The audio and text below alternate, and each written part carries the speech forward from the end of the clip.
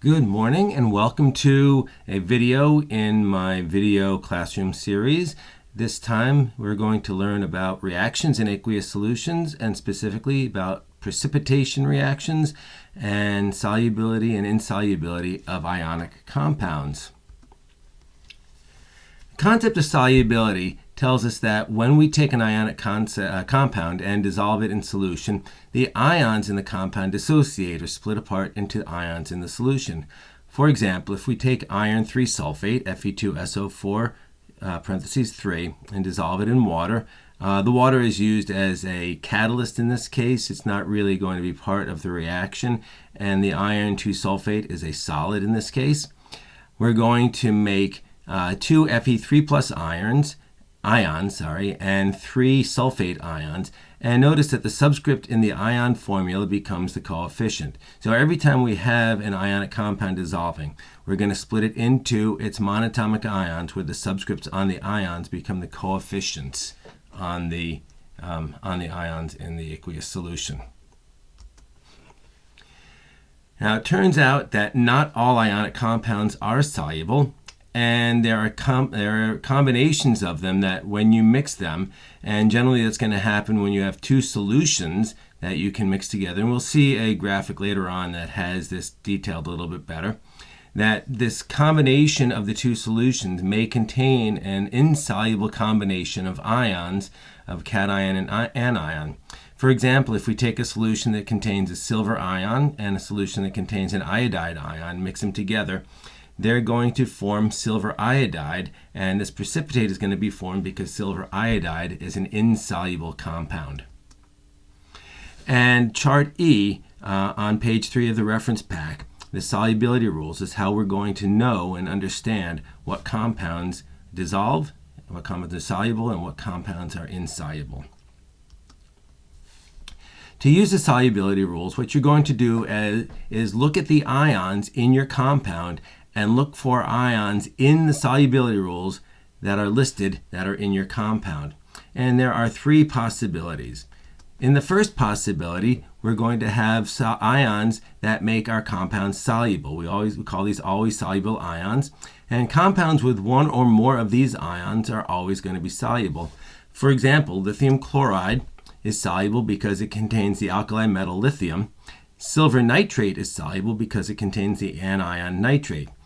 And these cations and anions are going to need to be present in general in our reactions because we're going to need to use them to make the other ions soluble in the solution before we can do our reaction with them. So be on the lookout for all of these ions in general. So this is our always soluble ions. They're nice and easy. Next is our generally soluble ions. These are a little bit more complicated because you have to look for exceptions. So in a generally soluble ion, the ion is going to be soluble unless it's paired with one of the ions that's listed in the exception. And in this case, if it is paired with one of the ions that's in the exception, then it's going to be an insoluble or solid substance.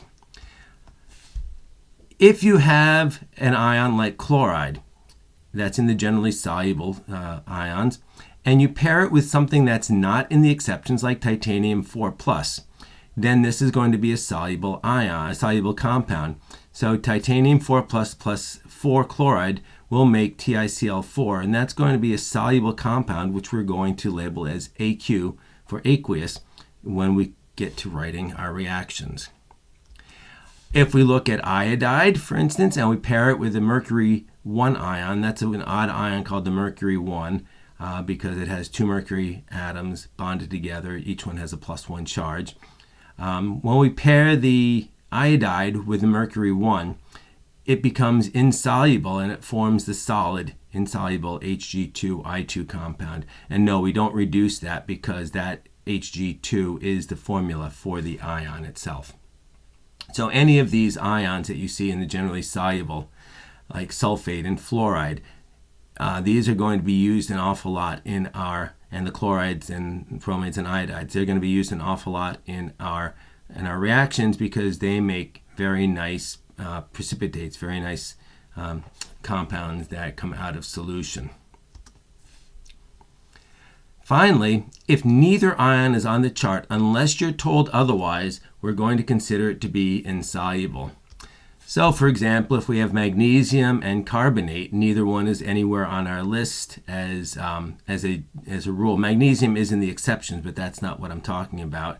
And carbonate is not on the list. So this is going to be an insoluble or solid in a reaction. And iron 3+ and thiosulfate, neither one of those is on our list, and so iron 3 thiosulfate is also an insoluble ion. So why are we worrying about these soluble and insoluble ions? Oh, hold on to that thought for a moment. Let's do a little practice before we get to the reason why. Let's look at the following ionic form, the following ions, and determine if the compounds that come from them are going to be soluble or insoluble. And just as a little practice, we're also going to just write their formulas to make sure we can get them correct. So if we start with sodium and carbonate, you want to ask yourself, is one of those on one of our lists? It turns out sodium is in our always soluble list, so this is a soluble compound. And so we'll write sodium carbonate, Na2CO3 as an aqueous compound. Fe3+ and Cl-. So chloride is in our list of usually soluble ions. Iron 3+ is not an exception, and so this is going to be a soluble compound as well. Lead 2+ and fluoride. Fluoride is one of those ions that's in our usually soluble, and lead 2+ happens to be one of the exceptions. So if it's usually soluble, unless it's with an exception, then the lead 2 fluoride is not going to be soluble, and PbF2 will be written with a solid. And finally, nickel 2+ and phosphate. Neither one of these ions is on our list as either generally soluble or always soluble, and so this is not going to be soluble, and the nickel 2 phosphate will be written as a solid compound. So yesterday in class we learned about the different kinds of reactions. We learned there's a kind of reaction called the double replacement reaction, in which we can form a precipitate by mixing two ionic compounds. And so learning how to determine the compounds and determine the solubilities of the compounds is what we're going to talk about next. A general procedure here. You take your two ionic compounds, the AX and the BY. A and B are the cations, X and Y are the anions, and we're going to switch. Again, you can think of either switching the cations or the anions, and you can write the products in any order, either order.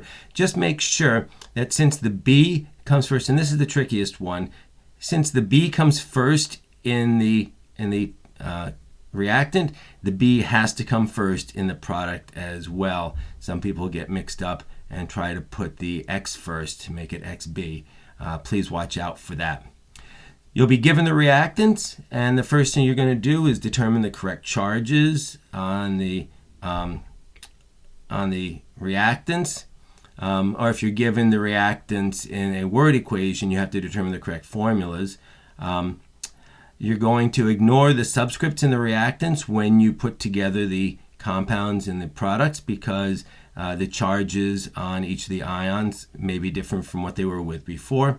And then you'll use the solubility rules to determine which product is soluble, and use an aqueous for soluble and S for insoluble. Usually look for at least one to be insoluble and one to be soluble. There's going to be rare instances where you may see neither one of them is insoluble, and if they're both aqueous, we can talk about this in class the next day, but in general that means that no reaction has taken place because there's no precipitate. And finally, we can balance the reaction. So let's see how this works. Here's a reaction. We have lead 2 nitrate and potassium iodide, and we want to know what is it going to make. What are the products and what are their solubilities? So first thing you do is determine the charges on the reactants. So lead is a 2+ charge, nitrate is a -1. We know that from chart D. Potassium is a +1 and iodide is a -1. Next thing we're going to do is switch the ions. So the lead 2+ goes with the iodide and the potassium goes with the nitrate. Let's take those combinations and get the correct formulas, PbI2 and KNO3.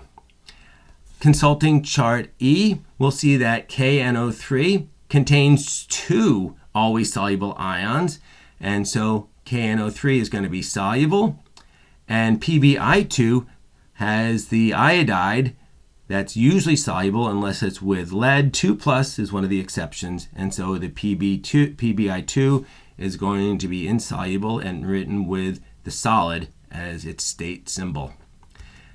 Put the reaction together and balance it, and we're going to need 2Ki and 2KNO3 to balance everything out, and this is the reaction that we would come up with. The lead 2 nitrate and the 2 potassium iodide react to form lead iodide solid and 2 potassium nitrate, and everything but the lead 2 iodide is aqueous. Notice, as I said before, that the reactant subscripts do not carry over. So the nitrate in the reactants has a subscript of 2, and in the product it has a subscript essentially of 1 because it's with a 1+ potassium.